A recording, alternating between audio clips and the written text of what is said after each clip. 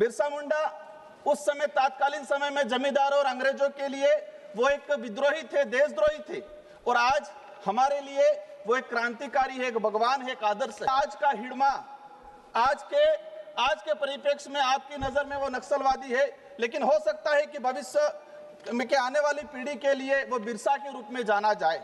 आज अगर शिक्षा को लेके माननीय सभापति महोदय, आज 150वीं बिरसा मुंडा जयंती मनाई जा रही है, उसको राष्ट्रीय गौरव दिवस के रूप में मनाया जा रहा है। हमें गर्व है इस बात का। लेकिन बिरसा मुंडा कौन थे?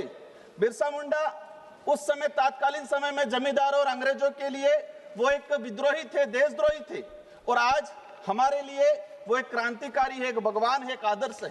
वो जल जंगल जमीन की लड़ाई लड़ते थे। वही आज का हिड़मा आज के परिप्रेक्ष्य में आपकी नजर में वो नक्सलवादी है, लेकिन हो सकता है कि भविष्य में के आने वाली पीढ़ी के लिए वो बिरसा के रूप में जाना जाए।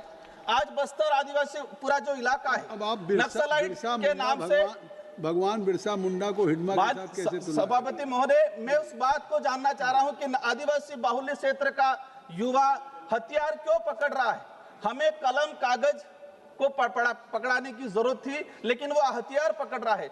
मैं आपको बताना चाहूंगा कि हम कह रहे हैं, सरकार कह रही है, हम भी चाहते हैं, और मैं सदन से अपील करना चाहता हूं उस क्षेत्र के आदिवासी युवाओं को कि जल जंगल जमीन की लड़ाई आपको कलम और कागज से लड़ने की जरूरत है, हथियार उठाने की जरूरत नहीं है। ये समय अलग आया है। मैं बताना चाहूंगा कि जो नक्सलाइट उन्मूलन के नाम से कांग्रेस सरकार ने भी सलमा जुड़ोम करके अभियान चलाया, 2005 से लगा के 2011 तक चलाया। उस समय क्या हुआ? एक खूनी संघर्ष हुआ, एक खूनी खेल खेला गया सरकार के द्वारा। 500 आदिवासी नक्सली के नाम से मारे गए। उस समय 800 से अधिक हमारे जवान शहीद हुए और 1500 से अधिक आम आदिवासी मारा गया, और हजारों आदिवासी बहन बेटियों के साथ बलात्कार हुआ।